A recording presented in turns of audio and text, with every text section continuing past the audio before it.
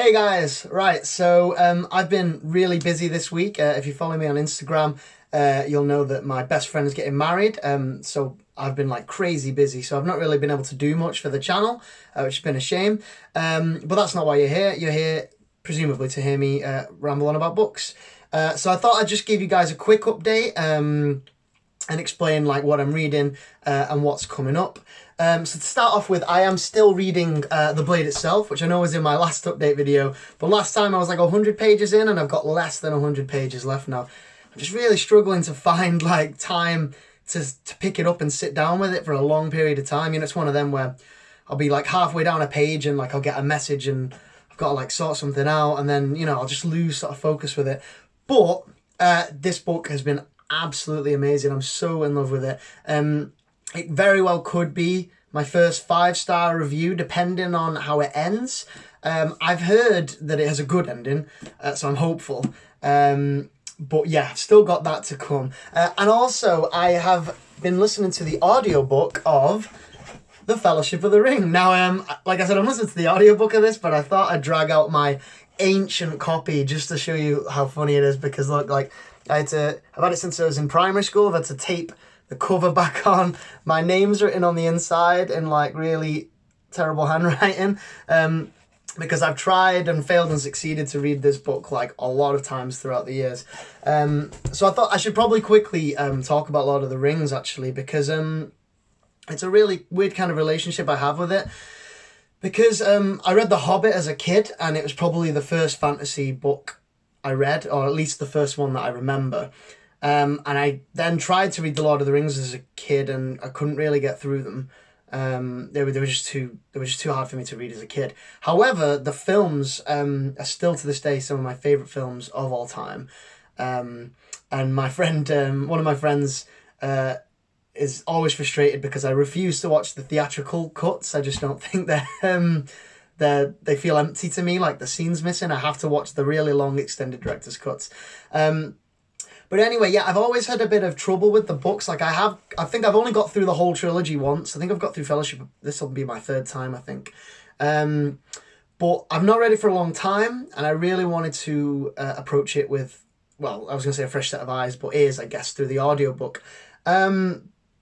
And already I'm having like really mixed feelings about it, because there will be moments where I'm seeing things in the writing that I didn't see when I was younger. And like I'm really getting enthralled by the world building in particular. I've been watching some videos on YouTube about the lore and history of the Lord of the Rings, and it really is like the granddaddy of this franchise, this genre that I love so much.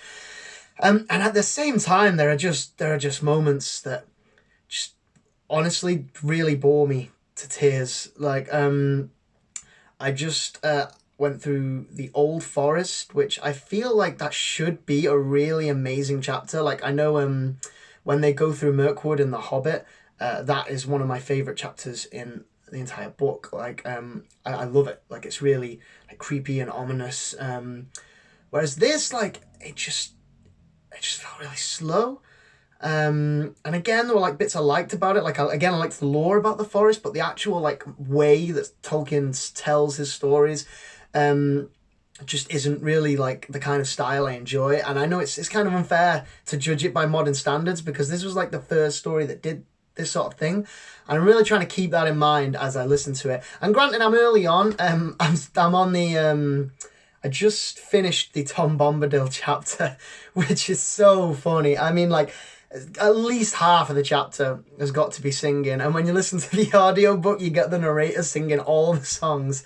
Although I was kind of, like, you know, face palming a lot through this chapter, I did start to see the things that people really love about Tom Bombadil. I love this idea of him being like this ancient sort of force that's been around, and like he laughs at the ring and it doesn't turn him invisible, and it kind of like, it shows that the world is bigger than this story, which I like. But yeah, I'm for the most part, I'm enjoying listening to the Lord of the Rings audiobook. And I'm probably going to eventually get the whole trilogy, but next month I am on about getting the complete tales of H.P. Lovecraft on audiobook. This is another author that I tried reading a while back and I couldn't fully get into, but then I listened to The Nameless City on YouTube, of all places, Horror Babble, and I absolutely loved the story. I was just really, really gripped, and I've since listened to The Dunwich Horror and The Call of Cthulhu. And I might sit down and read Lovecraft one day, but I really love hearing Lovecraft told by a narrator. I don't know what it is, but I just think it really suits that style, and you get that really ominous, creepy feeling. And with the dark nights coming in and Halloween, I feel I'll be walking like through the streets at night and I'll be listening to Lovecraft, and it might give me that little bit of a chill, you know. Or that's the idea behind it anyway. Yeah, to quickly go back to the Blade itself, I don't want to go into spoilers for this, but I just briefly am going to talk in a very vague sort of fashion about some events that happened in a chapter I read today. So if you're really like, I don't want to know anything about the Blade itself, then maybe skip ahead like a minute or so, but I don't think there's going to be anything here that will be like a massive spoiler. Yeah, there's a chapter, a lot of the characters have sort of come together at this point. Like a lot of the stories are really dispersed at the start, and a lot of like the book is them slowly coming together. And they go to this really magical place, and there's not much magic in the book, so it's really rare we get these chapters, and it was really great. But I was speaking to one of my followers on YouTube about my experience with this chapter, and I think this is such a character-driven book. I'm so in love with the characters that I could not stop thinking about what the deal is with Ardy West throughout the entire chapter. I was just like, what's going on with Ardy West?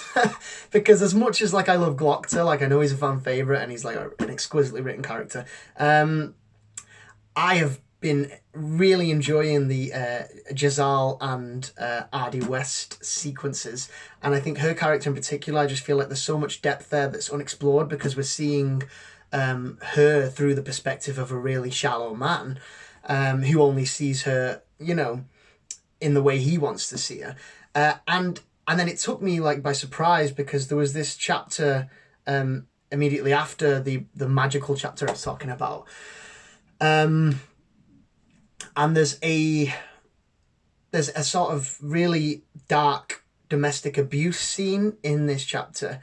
And it really, really like shocked me and broke me, and it completely changed what I thought about like a certain character. And yeah, I should probably leave it there, because I could just talk about the Blade itself loads, but I'm going to end up going into spoilers. So yeah, all I will say is that I've already bought the sequel before they hanged. I know I've done this with like so many book ones, but I really like jumping between different series. And I feel like I'm building up like a good number now, because I've still got the second Loch Lamora book, Gentleman Bastards book to read, which I said I'd get to this year, and I'm really going to try and squeeze that in.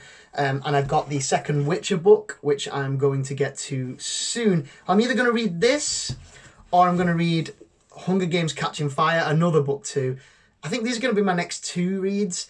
I'm siding slightly more towards the Hunger Games, because I've been reading a lot of fantasy, and I kind of raced through the first one, and this is another short story Witcher book, so I'm not sure how like I'm going to react to it, but I think these are going to be my next two reads. And I did start reading Dune Messiah, but I've not continued with it, so I haven't decided yet whether I'm going to keep trying to read that on the side, or whether to just drop it for now and come back. But speaking of Dune, I feel like I've been talking about my review for Dune since I started this channel, and I've still not started it, but that will be my next project that I'm going to work on. As I mentioned earlier, I haven't had time to really do any of my booktube stuff this week, because I'm my best friend's best man. I've had to help him with like Crisis After Crisis and all this stuff, and his honeymoon was booked with Thomas Cook, and there was all this disaster. I'm not going to go into that too much, but yeah, and that's why I've not had a chance to finish the Blade itself yet either, which I really, really wanted to have done by today, because now I'm not going to have a chance to read it before the wedding, which is a shame. But I will definitely be finishing that soon, and that will most likely be my next review after June, and I'm pretty sure it's going to be a really positive review, where I just kind of revel in how great the Blade itself is, and I'm really excited to get to before they are hanged at some point. yeah, so I think that about wraps it up for updates. There's some TV that I'd like to talk about, but I feel like there's too much to fit into like what I want to be quite a short video. So yeah, I'm gonna have a June review coming soon, and I'll let you know my thoughts about the blade itself on Instagram when I finish it before doing like a full video review for that. So yeah, thanks for watching. I hope you've enjoyed my little update video, and until next time, I'll see you.